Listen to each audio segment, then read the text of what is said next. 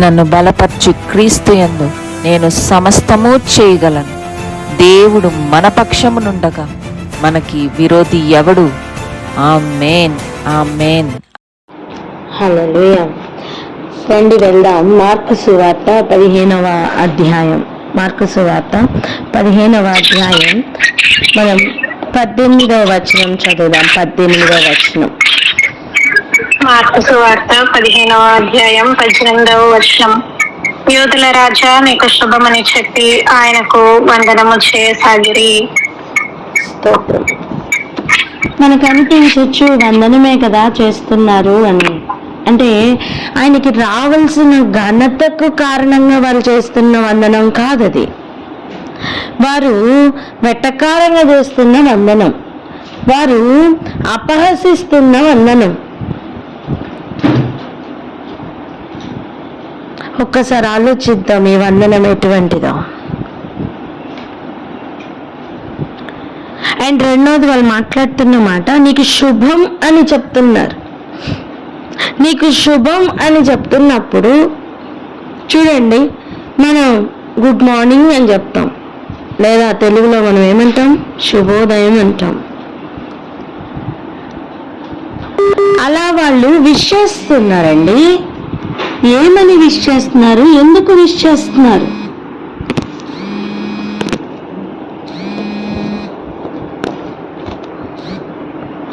ఏమని విష్ చేస్తున్నారు? ఎందుకు విష్ చేస్తున్నారు?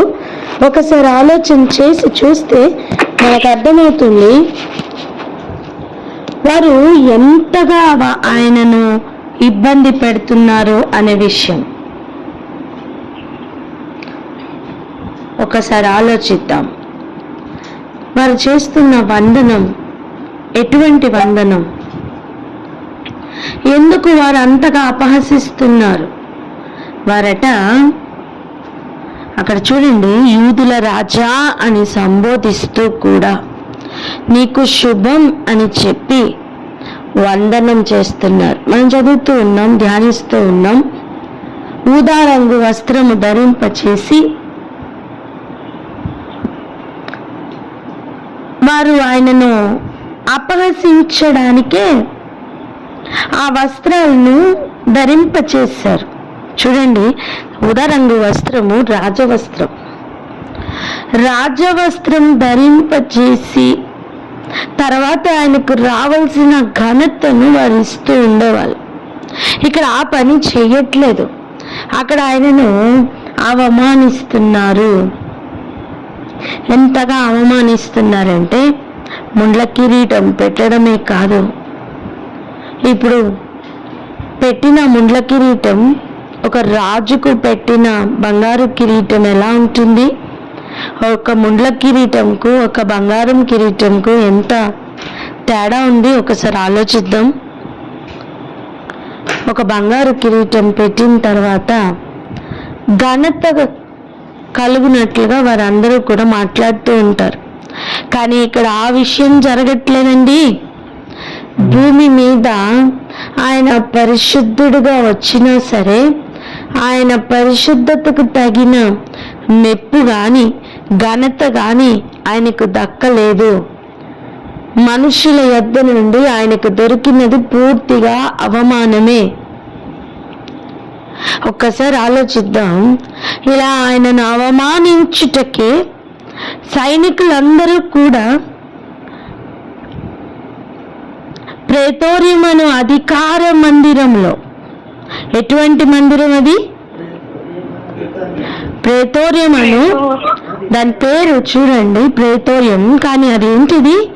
అధికార మందిరం లోపలికి తీసుకుని పోయి ఏం చేస్తున్నారంటే సైనికులందరినీ కూడా సమకూర్చుకుంటున్నారట.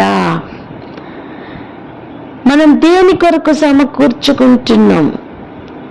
ఒకసారి ఆలోచిద్దాం. ఆ రోజు ఫిజికల్ గా ఆయనను ఇబ్బంది పెట్టారు, ఆయనను ఎంతగా అవమానించారో. మరి అందరూ కూడా ఒకరినొకరు సమకూర్చుకున్నది దేనికి? ఆయన నామం పరిశుద్ధపరచడానికి కాదే, ఆయనని పూర్తిగా అవమాన పాలు చేయడానికి. ఈరోజు బాహాటముగా మనం ఆయనను సిలువ వేస్తున్నామా లేదా ఆయనను గౌరవిస్తున్నామా లేదా, లేదా ఆయన నామం పరిశుద్ధపరచబడేటట్లుగానే మనం ప్రవర్తిస్తున్నామా, ఇంకా ఆయన నామం మన వలన దూషింపబడుతూనే ఉన్నదా అనే ప్రశ్న ఈరోజు మన ముందు ఉంది. సైనికులందరూ ఒకరినొకరు సమకూర్చుకున్నారంటండి. రండి రండి రండి రండి అని ఏం చేశారు? ఒకరినొకరు పిలుచుకున్నారు. ఎవరు మిస్ అవ్వకుండా సైనికులు అందరినీ సమకూర్చుకున్నారట. ఇంతకీ వారు సమకూడి దేనికి వచ్చారో చూడండి. ఆయనకు ఊదా రంగు వస్త్రం తొడిగించారు. దేనికి సాదృశ్యం? ఒక రాజరికానికి సాదృశ్యంగా ఉన్న ఊదా రంగు వస్త్రం ధరింపచేసి కిరీటం పెడుతున్నారు. ఎలాంటి కిరీటం? ముళ్ళ కిరీటం. ఈ రెండింటి గురించి మనం ధ్యానించుకున్నాం ఆల్రెడీ. వస్త్రం గురించి కానీ కిరీటం గురించి కానీ మనం ధ్యానించుకున్నాం. ఈరోజు ప్రత్యేకించి మనం శుభమని చెప్పి ఆయనకు వందనము చేయసాగిరి, ఈ విషయాన్ని గురించి ఈరోజు మనం ధ్యానించుకుంటున్నాం.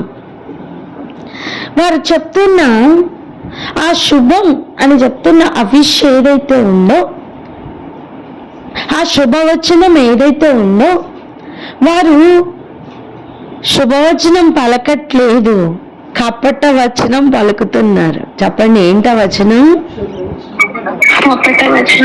అలా కాదు, ఇలా చెప్దాం. అది శుభవచనం కాదు, అది కపట వచనం అని చెప్పండి.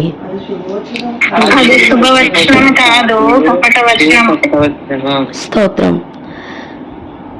అంటే హృదయంలో ఉన్నది వేరు, పెదవులతో పలుకుతున్నది వేరు. ఈరోజు ఒక ప్రశ్న అడగనా? నీ హృదయంలో నుంచి లేని మాట నోటితో చెప్పినప్పుడు అది కపటవచనం కాదా నాన్న? మన హృదయంలో నుండి ఒక్కొక్కసారి నవ్వు రాదు, కానీ బయటికి నవ్వామనుకో అది కపటం కాదా? ప్రభు సన్నిధిలో యథార్థతను కోరుకుంటున్నారు ప్రభు. అర్థం, హృదయం లోపల నుంచి వస్తున్న స్తుతే కదా ఆయనకు కావలసిన స్తుతి. ఆయనకు రావాల్సిన ఘనత ఏది దొరుకుతుందా? ప్రభు అడుగుతున్నారు, నాకు రావాల్సిన ఘనత ఏది అని. ఏం సమాధానం చెప్తాం? మన జీవితంతో సమాధానం చెప్పాలి. ఇది నోటి మాటతో చెప్పే సమాధానం కాదు. ఆయన మాట ఎప్పుడైతే మనం వింటామో అప్పుడు మాత్రమే ఆయనను మనం సన్మానిస్తున్నట్టు. ఆయనకు పూర్తి ఘనత మన జీవితం నుండి మనం ఇవ్వాలి. అలా ఇవ్వలేకపోతే ఇక్కడున్న సైనికులకి మనకి పెద్ద తేడా ఏం లేదండి. ఎందుకు తెలుసా? ఆయన సైన్యములకు అధిపతి అయిన యెహోవా, ఆయన అద్వితీయ కుమారుడుగా యేసు ప్రభు ఆ రోజు ముందున్నారు. ఒక సైన్యములకు అధిపతి అయిన యెహోవాకు ఆ యెహోవా పంపించిన ఆయన అద్వితీయ కుమారునికి భూమి మీద ఉన్న సైనికులందరి చేత జరుగుతున్న అవమానం అది. ఎంతమందికి అర్థమవుతుంది? ఆయనని ఎందుకు సైనికులందరి చేత ఈ కార్యాలు చేపిస్తున్నారు? కారణం ఒక్కటే. ఒక మాట చెప్పన్నా, పరలోకంలో ఆయనకున్న అత్యధికమైన ఘనత కలిగిన స్థానం అపవాదికి తెలుసు. దానిని పూర్తిగా భూమి మీద ఆపోజిట్ లో చూపిస్తూ చేస్తూ ఉన్నాడు. ఎందుకో చెప్తాం. చూడండి, అపవాదికి ఉన్నంత అధికార దాహం ఇంకెవరికీ లేదు. ఉత్తర దిక్కునున్న మహాసభ పర్వతం ఉందే, అది ఎటువంటి పర్వతం తెలుసా? మన ఇండియాలో ఒక పార్లమెంట్ ఉంటే ఎలా ఉంటుందో అలా పరలోకం మొత్తానికి కూడా దేవుడు నిర్ణయించి పెట్టిన ఒక పెద్ద పార్లమెంటే ఈ సభా పర్వతం. చెప్పండి, సభా పర్వతం ఎటువంటిది? ఒక పెద్ద పార్లమెంట్ అని చెప్పండి. ఒక పెద్ద పార్లమెంట్. ఈ పార్లమెంట్ కి మీటింగ్స్ జరుగుతున్నాయి అనుకోండి. ఎవరెవరు వెళ్తారు? ఒక్కొక్క ప్రాంతం నుంచి ఎన్నుకోబడిన, నియమింపబడిన, అధికారం కలిగిన, రిప్రజెంట్ చేస్తున్న కొంతమంది మెంబర్స్ మాత్రమే వెళ్ళగలరు. వారిని మనం పిలుస్తాం ఎంపీ అని. వారు ఏంటండి? మెంబర్ ఆఫ్ పార్లమెంట్ అంటాం. పార్లమెంట్. ఎగ్జాక్ట్గా అలాగనే ఒక్కొక్క ఏరియా నుంచి ఒక్కొక్క రిప్రజెంటేటివ్ ఆ ఏరియాకి కూడా వెళ్తారు. ఎక్కడ అది ఉంది అది అంటే ఉత్తర దిక్కున ఉంది. దాని పేరు మహాసభా పర్వతం. మనమైతే ఒక చిన్న బిల్డింగ్ కట్టుకుంటాం, చిన్న బిల్డింగ్ అనే చెప్పాలి. కానీ దేవాది దేవుడు ఒక చిన్న డాట్ లాంటి భూమిని పెడితేనే ఇంత ప్రకృతి ఇంత అందంగా ఉంది కదా. మరి ఆయన ఒక పెద్ద పార్లమెంటే కట్టాలి అనుకుంటే ఆయన ఒక సభా పర్వతం నియమించి ఉండే అది నేను అనుకుంటాను ఖచ్చితంగా భూమి కంటే 1000 రెట్లు పెద్దదే ఉంటుందని. ఎందుకంటే దేవదూతలు అందరూ వచ్చి ఉండాలి అక్కడ, ఒక అఫీషియల్ మీటింగ్ జరగాలి అక్కడ. దేవదూతలందరూ కలిసి వస్తున్న సమయం అపవాది కూడా అక్కడికి వెళ్ళాడట. నువ్వు ఎక్కడి నుంచి వస్తున్నావయ్యా అంటే నేను ఇటు అటు తిరుగుతూ భూమి మీద వచ్చానని చెప్తున్నాడు. ఈ సమాధానం ఎందుకు చెప్తున్నాడో తెలుసా? భూమి మీద సర్వ అధికారాలు నాకున్నాయి, అక్కడి నుంచి రిప్రజెంటేటివ్గా నేను వచ్చాను అని చెప్పి అక్కడికి వెళ్తున్నాడండి. ఊరికనే ఏం వెళ్ళట్లేదు. మీరెలా చెప్తారు ఈ మాట అంటారేమో. మరి ఎత్తైన ప్రదేశంలోకి తీసుకుని వెళ్ళి యేసు ప్రభుని శోధిస్తున్న సమయం నా కాళ్ళకి మొక్కు, ఈ రాజ్య మహిమలన్నీ ఈ లోక రాజ్యాలన్నీ నా వశంలోనే, నా అధికారంలోనే, అవి నీకు ఇస్తానని ఆఫర్ ఇవ్వలేదా? ఏంటి ఆ ఆఫర్? అప్పుడు అడుగుతున్నది ఏంటి? అప్పుడు కోరుకుంటున్నది ఏంటి? నమస్కరించమని అడుగుతున్నాడు. అపవాదికి ఉన్నంత అధికార దాహం ఇంకెవరికి లేదండి.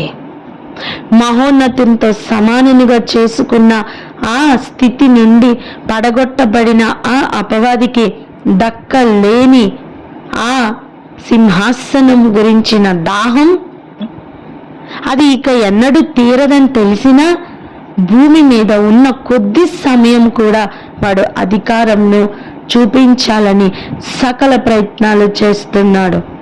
వాని ఏరియాలోనికి ప్రజెంట్ వాని నుండి ఆయన సంఘమును విడిపించడానికి వచ్చిన యేసయ్యకు జరుగుతున్న మర్యాద ఇది. మర్యాద పూర్వకమైన అవమానం. ఇది ఎటువంటి అవమానం చెప్పండి? మర్యాద పూర్వకమైన అవమానం. ఇంకొక యాంగిల్లో చెప్దాం, మర్యాద రూపంలాగా కనిపిస్తున్న అవమానం. మర్యాద రూపంగా కనిపిస్తున్న అవమానం. అని చేస్తున్న కార్యం సైనికులందరినీ సమకూర్చి సైన్యములకు అధిపతి అయిన యెహోవా యొక్క అద్వితీయ కుమారుణ్ణి అవమానిస్తున్న రీతి అది. ఈరోజు నిన్ను నన్ను సైనికులుగానే ఆయన పిలుచుకున్నారు, పిల్లలుగా పిలుచుకున్నారు, స్నేహితులుగా పిలుచుకున్నారు, శిష్యులుగా పిలుచుకున్నారు, భార్యగా పిలుస్తున్నారు. ఎన్ని విధాలుగా ఆయన అన్ని రిలేషన్స్లోని కూడా he want to replace everything. ఎందుకంటే ఆయనకు ప్రథమ స్థానం మనం ఇవ్వాలి. ఒక తండ్రిగా ఆయనే ఉన్నారు, ఒక తల్లిగా ఆయనే ఉన్నారు. నీకు ఇంకేది కూడా అధికంగా కనపడడానికి వీలు లేదు నాన్న. జట్టి అయిన వాడు జీవన సంబంధమైన వ్యాపారాల్లో చిక్కుకోకుండా ఉంటాడట. నువ్వు ఆయన సైనికుడుగా ఆయన సైన్యంలో చేర్చబడ్డావు. ఇంకా నార్మల్ మైండ్ సెట్ ఉండడానికి వీలు లేదు. నా ఇల్లు, నా కుటుంబం, నా పిల్లలు, నా కూతురు, నా కొడుకు, ఈ మైండ్ సెట్ ఉండడానికి వీలు లేదమ్మా. ఎలా అయితే ఈరోజు మన సైనికులు బార్డర్ సెక్యూరిటీ ఫోర్స్గా కానీ లేదా ఎక్కడ ఏ ఏరియాలో పెడితే అక్కడ నమ్మకంగా రాజ్యం కోసం కష్టపడుతున్నారో అలా ఒక సైనికుడిగా ప్రభులోనికి పిలువబడ్డ నువ్వు నేను మన మనస్తత్వం మార్చుకొని ఆయన కొరకు నిలబడాలి. అరే నీకు శత్రువు ఎవరో గుర్తుపట్టలేని కండ్లు ఉంటే నువ్వు ఎవరితో పోరాడుతావు? నీకు శత్రువు ఎవరో గుర్తుపట్టకపోతే నీ కింగ్డంలో ఉన్న వారిని నువ్వు పొడుస్తావు, చంపుతావు. నీ సహదాసులకు నువ్వు సాటి అయిన ఒక సహ సైనికుడిగా ఉండలేవు నానా.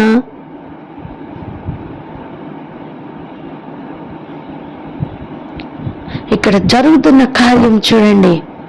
ఒకరికొకరు సైనికులు సమకూర్చుకున్నారట. అవును, సమకూర్చుకున్నారు. అల్టిమేట్ గా వారు వచ్చింది దేనికి తెలుసా?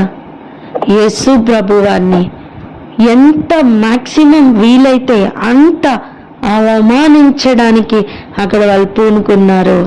మరి ఏం చేస్తున్నారో వారికి తెలియదండి.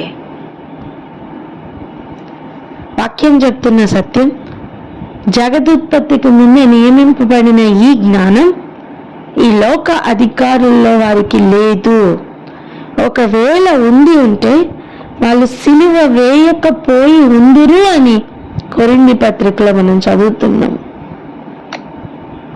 సో ఇక్కడ చేరిన ఈ సైనికుల మనస్తత్వం పూర్తిగా ఆయనను అవమానించాలని వారు అక్కడ పూనుకొని కలిసి సమకూర్చి వస్తున్నారు. అందులో భాగంగానే వారు చేస్తున్న కార్యం మొట్టమొదటిగా పిలుపు. ఏమని పిలుస్తున్నారు? యూదుల రాజా. అవును, యూదుల రాజు ఎక్కడా అని అడిగినప్పుడు కలవరం పుట్టిందండి హేరోదు హృదయంలో. ఈరోజు అదే పిలుపుతో ఈరోజు ఆ సైనికులు పిలుస్తున్నారు. పిలిచి వారు చేస్తున్న కార్యం చూడండి. ఇప్పుడు నీకు శుభం అని చెప్పి, ఏమండి ముందున్న కార్యములు అంత శుభకార్యములేనా? వారు తలపెట్టినవి అంత శుభకార్యమేనా? అంటే వీళ్ళు చెప్తున్న ఈ శుభవచనం ఎంత శాపవచనమో ఒకసారి ఆలోచించండి. కపట వచనం అది. నీకు శుభం అని చెప్తున్నారు కానీ హృదయంలో వారికి ఆ ఫీల్ లేదు.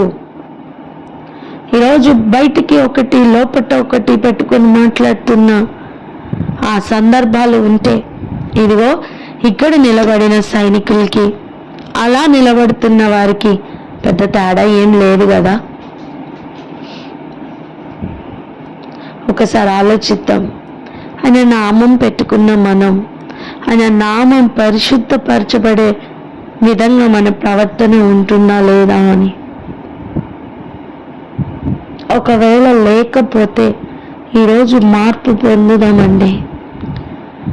సైన్యములకు అధిపతి అయిన యెహోవా పనిచేస్తున్న విధానం ఒకసారి మనం ఆలోచన చేద్దాం. ఆ ఏక మనస్సు, ఆ ఏక ఆత్మ ఎంత ఘనతకు కారణంగా ఉంటుందో తెలుసా? అసలు అది ఆలోచించడానికి ఒక ఏరియాకి వెళ్దాం రండి. యెహెజ్కేలు గ్రంథం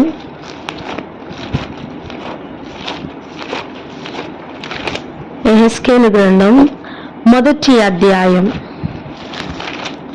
యెహెజ్కేలు గ్రంథం 1వ అధ్యాయం.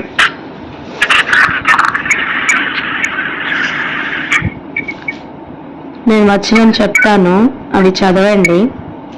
11వ వచనం నుండి 16వ వచనం వరకు చదువుకుందాం. 11 నుండి 16 వరకు. యెహెజ్కేలు గ్రంథం 1వ అధ్యాయం 11 నుంచి 16 వచనం. వాటి ముఖములు రెక్కలను వేరువేరుగా ఉండెను. ఒక్కొక్క జీవి రెక్కలలో ఒక రెక్క రెండవ జతలో ఒక దానితో కలిసి ఉండెను. ఒక్కొక్క జత రెక్కలు వాటి దేహములను కప్పెను. అవన్నీ చక్కగా ఎదుటికి పోవుచుండెను. అవి వెనుకకు తిరగక ఆత్మ ఏ వైపునకు పోవుచుండెనో ఆ వైపునకే పోవుచుండెను. ఆ జీవుల రూపములు మండుచున్న నిప్పులతోనూ దివిటీలతోనూ సమానములు. ఆ అగ్ని జీవుల మధ్యను అటు ఇటు వ్యాపించెను. ఆ అగ్ని అతి కాంతిగా ఉండెను. అగ్నిలో నుండి మెరుపులు బయలుదేరుచుండెను.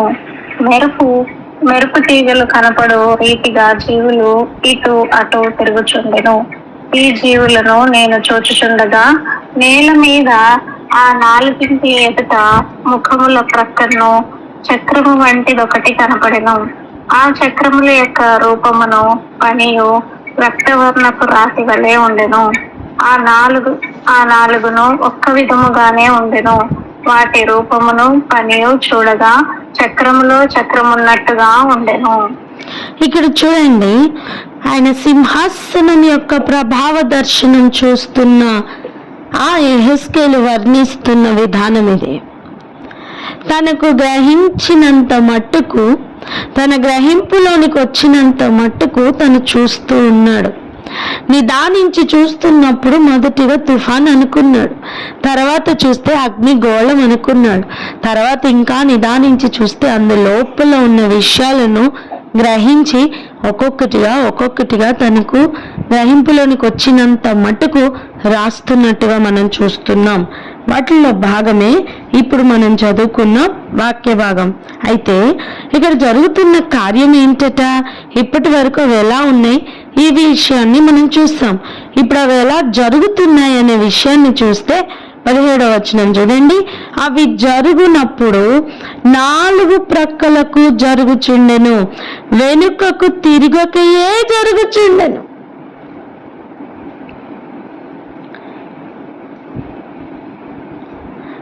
ఇంకా చూడండి 19వ వచనం. ఆ జీవులు కదలగా ఆ చక్రములను వాటి ప్రక్కన జరిగెను. అవి నేల నుండి లేచినప్పుడు చక్రములు కూడా లేచెను. ఆత్మ ఎక్కడికి పోనో అక్కడికే అది పోవలసిన వైపునకే అవి పోవుచుండెను. జీవికున్న ఆత్మ చక్రములకును ఉండెను గనుక అవి లేవగానే చక్రములను లేచుచుండెను. ఎలా సాధ్యమవుతుందండి? ఒక్కటే కారణం, జీవికున్న అదే ఆత్మ చక్రములకి కూడా ఉన్నాయట.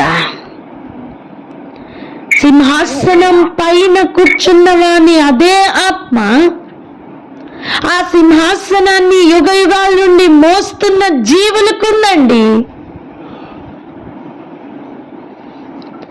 ఆ సింహాసనం ఎటు కదలాలో అటువైపుకే కదలడానికి ఉన్న చక్రములు కూడా అదే ఆత్మను కలిగి ఉన్నాయి.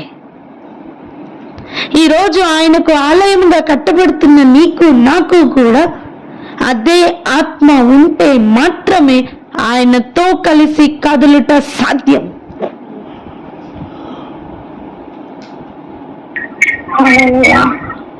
సైన్యములకు అధిపతి అయిన యెహోవా చిన్న చిన్న ఆషామాషి సింహాసనం ఏం వేసుకొని లేరు. వాక్యం చెప్తున్న సత్యం. ఆకాశం ఆయన సింహాసనం, భూమి ఆయన పాదపీఠమని. ఈరోజు భూమి మీద ఉన్న వారికి కూడా అదే ఆత్మ ఉంటే తప్ప ఆయనతో కలిసి అడుగులు వెయ్యలేరు. ఆయనకు వ్యతిరేకంగా కదులుతున్న ఏరియా ఉందా? ఇదిగో ఆయనకు అది అవమానం పుట్టిస్తున్న ఏరియా. ఫర్ ఎగ్జాంపుల్, ఆయన లెఫ్ట్కి వెళ్దామని లేచారు అనుకోండి, మనం ఆయన ఆత్మతో నింపబడి లేకపోతే మనం ఎటు వెళ్తాం? రైట్కి వెళ్ళొచ్చు, లేదా ఇంకొక యాంగిల్లో పోవచ్చు. అది డైవర్షనే కదా. కదులుతున్నాం అనుకుంటాం, కానీ ఆపోజిట్ లో కదులుతాం.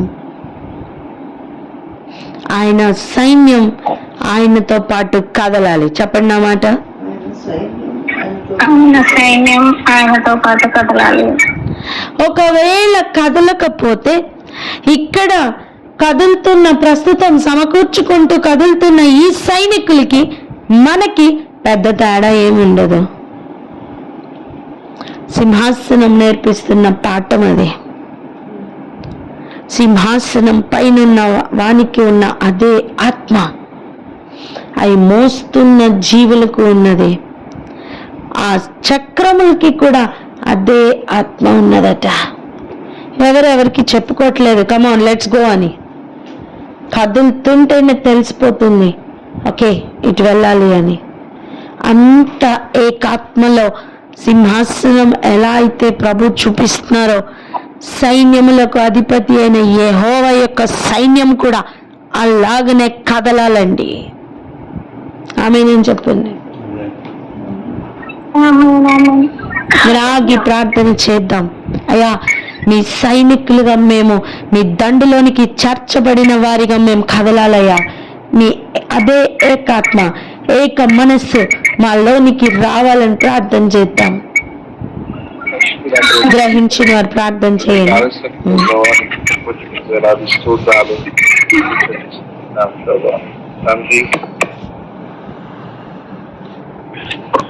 నీ యొక్క తండ్రిలో ఆత్మ కలిగి ప్రభా తండ్రి, ఆ జీవులు ఎలాగ ఆ చక్రములకు కూడా ప్రభా నీ ఆత్మ ఉన్నట చేత ప్రభా తండ్రి, అవి తండ్రి మీరు ఉద్దేశించిన ఆ డైరెక్షన్ లో ఏ రీతిగా కదులుతున్నాయో ప్రభా తండ్రి, ఈ లోకంలో జీవిస్తున్న మేము ప్రభా, భూమి పైన తండ్రి చెల్లిస్తున్న మేము ప్రభా, నీ ఆత్మను కలిగి ప్రభా నీతో కలిసి కదులుటకు ప్రభా తండ్రి సిద్ధపరుచున్న వారుగా ప్రభా, సైన్యములందు చేరిన తండ్రి యోధులుగా ప్రభా, ఈరోజు నీ ఆత్మను కలిగి మేము ప్రవర్తించుటకు, మీ ఆత్మను కలిగి చెల్లించుటకు, నీ ఆత్మను కలిగి ప్రభా తండ్రి మేము జీవించటకు తగిన కృపను దాక్ష్యమని ప్రార్థన చేస్తా. నీ ఆత్మ లేని చోటు ఏదైనా కూడా ప్రభా అది మేము మీకు అవమానం తీసుకొస్తున్నటువంటి చోటే ప్రభా, అది మీ చిత్తమునకు వేరుగా వెళ్తున్న చోటే ప్రభా తండ్రి. అక్కడ రాజవస్త్రం ఉండవచ్చును, తండ్రి అక్కడ కిరీటం ఉండవచ్చును, కానీ ప్రభా అక్కడ వస్తున్నది ఏదైనా వారి సమకూడుతున్నది ప్రభా, ఆ సమకూర్పు అది దేవా అది నీ చిత్తానికి వ్యతిరేకమే ప్రభా, అది నీకు ఆయాసకరమైన పనులు చేయట కొరికే ప్రభా తండ్రి. మేము మీదట ప్రభా ఎన్నడూ కూడా ప్రభా నీ ఆత్మ లేని వారుగా ప్రభా ఎక్కడికి కదలకు ప్రభా. మేము ఎవరితో మాట్లాడుతున్నా, మేము ఏ పని చేస్తున్నా ప్రభా, మా ఉద్దేశములు, మా తలంపులు, మా సమస్తము కూడా ప్రభా దేవా నీ ఆత్మ కలిగి ప్రభా ప్రవర్తించుటకు, నీ ఆత్మ కలిగి మాట్లాడుటకు, నీ ఆత్మ కలిగి ఓ దేవా ఎవరితో మాట్లాడుచున్నా, ఏమి చేస్తున్నా దేవా ప్రతి ఏరియాలో కూడా ప్రభా ఆ చక్రములకు కూడా ఆత్మ ఉన్నట్లుగా ప్రభా మా జీవితంలో తండ్రి ఈ శరీరమందు ప్రభా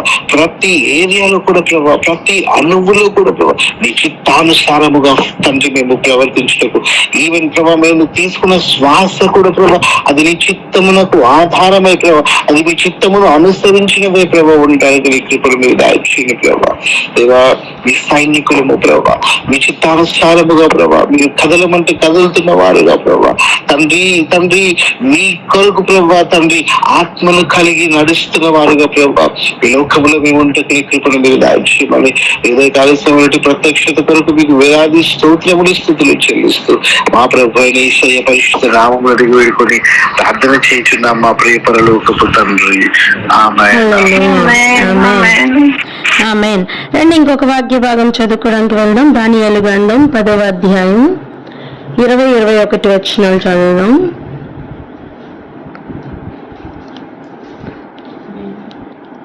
దానియేలు గ్రంథం 10వ అధ్యాయం 20-21 వచనాలు.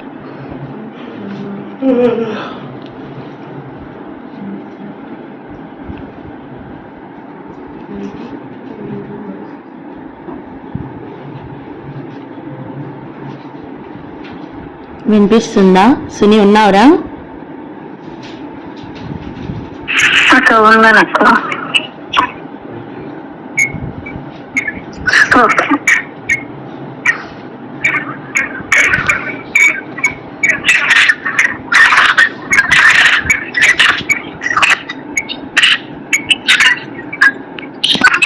దానియేలు గ్రంథం దానియేలు గ్రంథం 10వ అధ్యాయం 20-21 వచనాలు. దానియేలు గ్రంథం 10వ అధ్యాయం 20-21 వచనాలు. హల్లెలూయా. అతడు, నేనెందుకు నీ యొద్దకు వచ్చినో అది నీకు తెలిసినది కదా. నేను పారసీకుడగు అధిపతితో యుద్ధము చేయుటకు మరలా పోయేదను. నేను బయలుదేరుచుండగానే గ్రీకీయుల దేశం యొక్క అధిపతి వచ్చును. అయితే సత్యగ్రంథమందు వ్రాయబడినది నీతో చెప్పెదను. మీ అధిపతియగు మిఖాయేలు గాక ఈ సంగతులను గూర్చి నా పక్షముగా నిలువ తెగించిన వాడొకడు లేడు. అక్కడ ఇంకొంచెం ఫీల్ రావాలి. అక్కడికి ఎటువంటి ఫీల్ రావాలంటే, చూడండి, మ్యూట్లో పెట్టుకున్నాను, రైట్, ఇక్కడ వినండి. ఈ సత్య గ్రంథమందు వ్రాసినది నీతో చెప్పెదను అంటే సత్య గ్రంథం ఒకటి ఉంది అంటే ఎందుకు ఈ అబద్ధంతో నిండుకుపోయిన ఈ లోకంలో గాబ్రియల్ దూత సత్య గ్రంథము గురించి మాట్లాడుతున్నాడు. అబద్ధం ఎంతగా రూల్ చేస్తుందో తెలుసా? ప్రస్తుతం అబద్ధమే పరిపాలన చేస్తుందండి.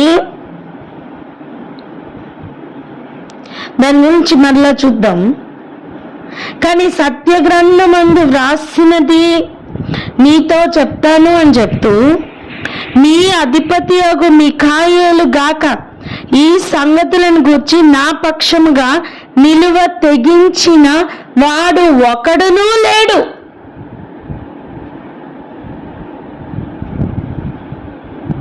గాబ్రియల్ దూత మిఖాయేల్ దూత గురించి చెప్తున్న మాటలు అవి. ఒక స్పిరిట్ realmలో కూడా మిఖాయేల్ తప్ప ఈ సత్యగ్రంథం గురించిన విషయాలను చెప్పడానికి, తీసుకొని రావడానికి, పోరాడడానికి నిలవబడిన సైనిక దూత ఇంకొకరు లేరట.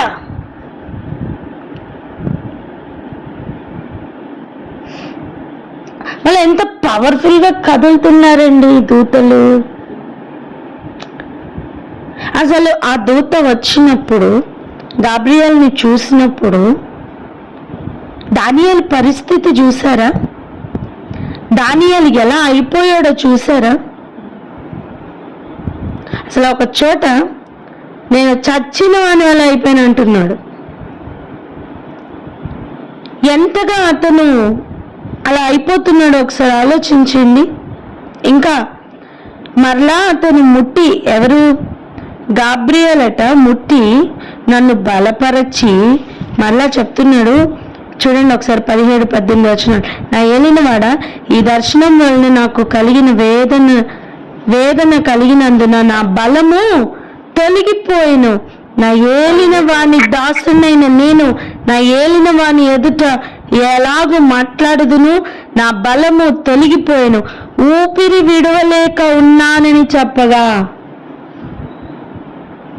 అప్పుడు అతడట మరలా నన్ను ముట్టి నన్ను బలపరిచి, నీవు బహుప్రియుడు, భయపడకు, నీకు శుభం కలుగునుగా, నీకు శుభమవునుగాక, ధైర్యము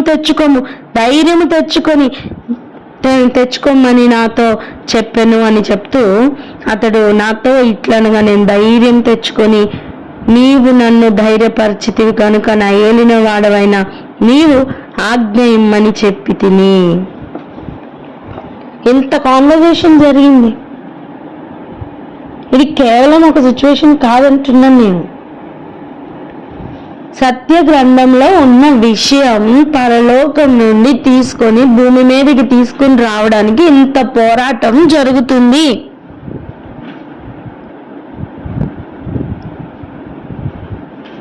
అండ్ తోటి సైనికులుగా ఉన్నవారు నిలబడడానికి కూడా మిఖాయేలు తప్ప ఇంకెవరు తెగించలేదట.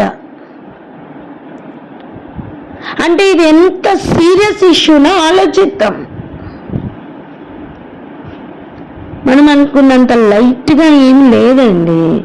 యుద్ధం యెహోవాది. అవును, ఆయన చేయవలసిన కార్యాలన్నీ 99.9999% చేసేసి ఆ 0.00009 ఎక్కడో ఒక చిన్న పార్ట్ విశ్వాసం చూపించమని అడుగుతున్నారు అంతే. మేజర్ పార్ట్ ఆయన చేసేసి మనల్ని జస్ట్ ఒక చిన్న విషయం అడుగుతున్నారు. మన యాంగిల్లో చెప్పనా, మనకు అర్థమయ్యేటట్టు చెప్పనా, ఒక రెసిపీ చేయాలనుకోండి, చాలా కష్టమైన ఒక రెసిపీ చేయాలనుకోండి, మొత్తం చేసేసి నేను జస్ట్ గరిటతో ఒకసారి ఇలా కలపమంటే ఎంత ఈజీ, అవునా? పేరు మాత్రం అందరూ కలిసి చేశాము, లేదా నీకే పేరు వస్తుంది. అలా ప్రభు చేయవలసిన యుద్ధం అంతా చేసి నేను జస్ట్ ఒక సైనికుడిగా నిలబడమంటున్నాడు అంతే. ఎంతమందికి అర్థమవుతుంది?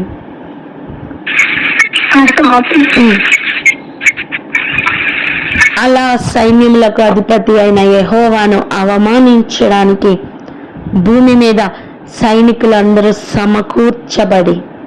సమకూర్చుకొని ఆయనకు వందనం చేస్తున్నారు తెలుసా.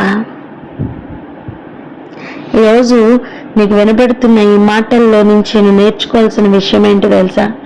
నువ్వేమని చెప్పి వందనం చేస్తున్నావు ప్రభువుకి? నీకే వందనాలయ్యా, స్తుతులయ్యా, స్తోత్రాలయ్యా చెప్తాం కదా. నువ్వేమని చెప్పి వందనం చేస్తున్నావు? ఆయన రైట్ కదలాలని ఆయన చిత్తం అయితే నువ్వు లెఫ్ట్ కదులుతున్నావు కదా, నీ వందనం ఎందుకు?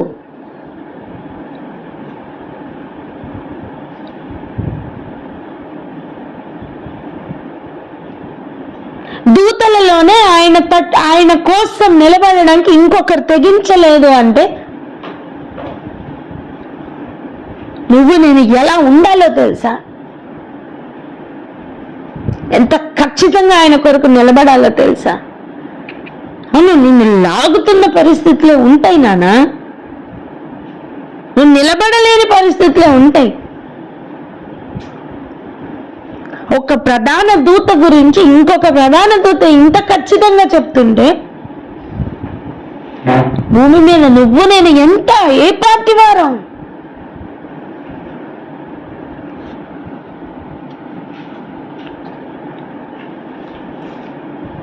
గాబ్రియల్ అంతటి దూత కనిపించి ధైర్యపరిచి నిలబెడితే తప్ప నిలబడలేకపోయాడండి దానియేలు. దానియేలు కంటూ గొప్ప వాళ్ళమా? కాదు కదా. అంత దృఢ స్థిర విశ్వాసం మనకు ఉన్నాయా?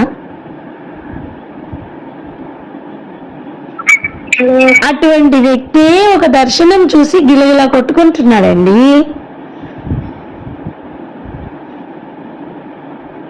నీకు దేవుని విషయాలంతా ఆశమషి ఎలా అయిపోతున్నాయినా నాకు అర్థం కావట్లేదు.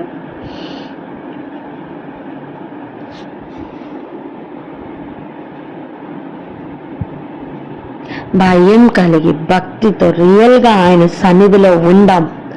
సైన్యములకు అధిపతి అయిన యెహోవా యొక్క సైన్యంగా ఆ యుద్ధం ఆయనదే. యుద్ధం యెహోవాయే చేస్తున్నారు, కానీ ఆయన సైనికుడుగా భూమి మీద నిలబడ్డానికి ఈరోజు సిద్ధమైతే నిజంగా లోపల నుంచి వస్తున్న స్తుతి, స్తోత్రం, వందనం వేరే రేంజ్లో ఉంటాయి. ఆ రోజు వాళ్ళు చేస్తున్న అవమానం చేయడానికి పెట్టిన వందనం వంటి వందనాలు మనకొద్దు. అటువంటి శుభోదయాలు మనకొద్దు. హృదయం నిండా కపటం పెట్టుకొని చెప్తున్న ప్రైజ్ ది లార్డ్ మనకొద్దు.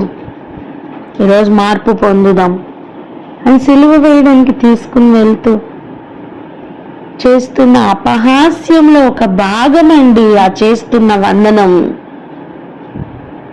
ఆయనకు చేస్తున్న నమస్కారం. ఇంకొక విషయాన్ని కూడా చూద్దాం రండి.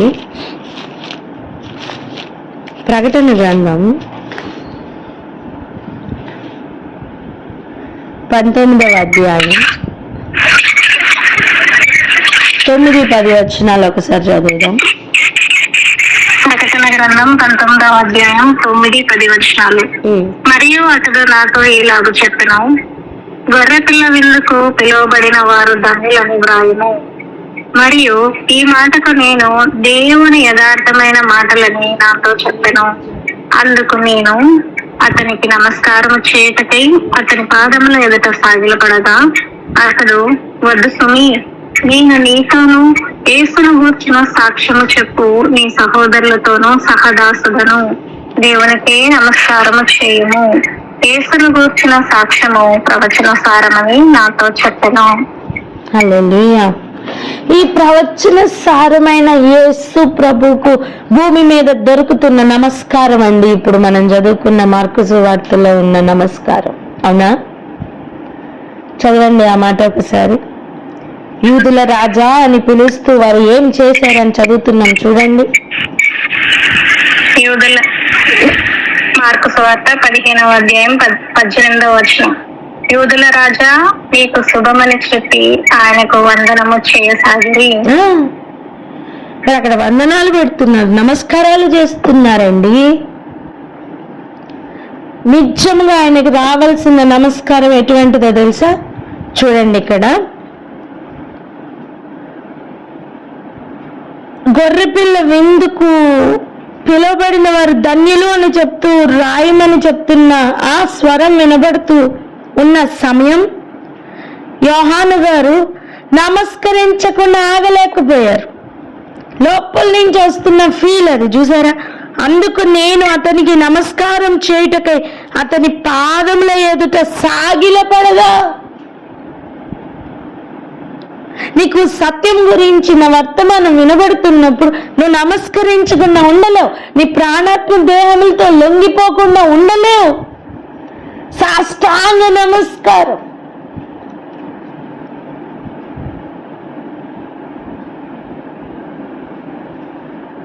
అది చిత్తం ప్రభువా అని చెప్తున్న ఒక ఫీల్డ్లోకి ప్రతి సెల్ వెళ్తుందండి, ప్రతి అవయవం వెళ్తుందండి. ఎవరు చెప్పక్కర్లా, ఎవరు చెప్పట్లేదు. యోహానికి అక్కడ కమాన్ కమాన్ ప్రభు సుమి కమాన్ అని ఎవరు చెప్పట్లా. ప్రభువుని గురించిన మాట వింటుంటేనే సాష్టాంగ నమస్కారం చేయడానికి ప్రతి అంగం, ప్రతి అవయవం లోబడింది. కానీ అవతల తీసుకోవాల్సిన వ్యక్తికి ఒక క్లారిటీ ఉంది. ఏమంటున్నారు? వద్దు వద్దు సుమి, నువ్వు ప్రభువుకి దేవునికే నమస్కారం చెయ్యాలా. నేను నీతో సహదాసుని, ఆయనకే ఆ నమస్కారం చెందాలి. చూడండి, నేనేమంటున్నా అంటే ఒక స్పిరిచువల్ బీయింగ్కి ఇంత క్లారిటీ ఉంది.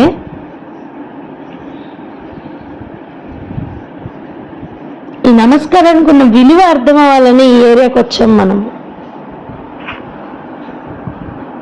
ఒకటి, సైనికులుగా ఆయనతో కలిసి కదిలే విధానం యెహెజ్కేలులో నేర్చుకున్నాం.